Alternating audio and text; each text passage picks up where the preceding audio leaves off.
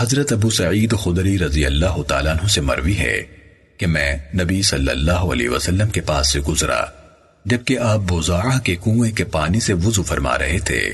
میں نے کہا کیا آپ اس پانی سے وضو کرتے ہیں؟ حالانکہ اس میں بعض ناپسندیدہ گندی چیزیں گرتی رہتی ہیں۔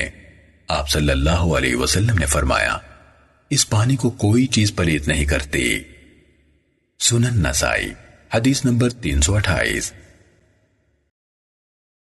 ابن عمر رضی اللہ تعالیٰ عنہما سے مروی ہے کہ اللہ کے رسول صلی اللہ علیہ وسلم سے اس پانی کے بارے میں پوچھا گیا جس پر جانور اور خصوصاً درندے پینے کے لیے آتے جاتے رہتے ہیں۔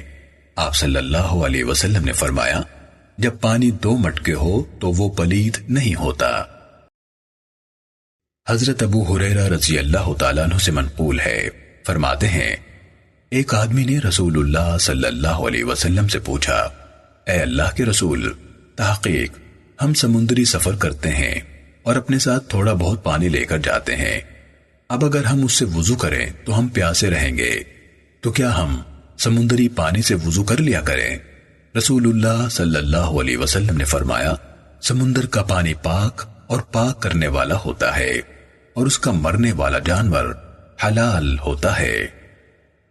سنن نسائی حدیث نمبر 333۔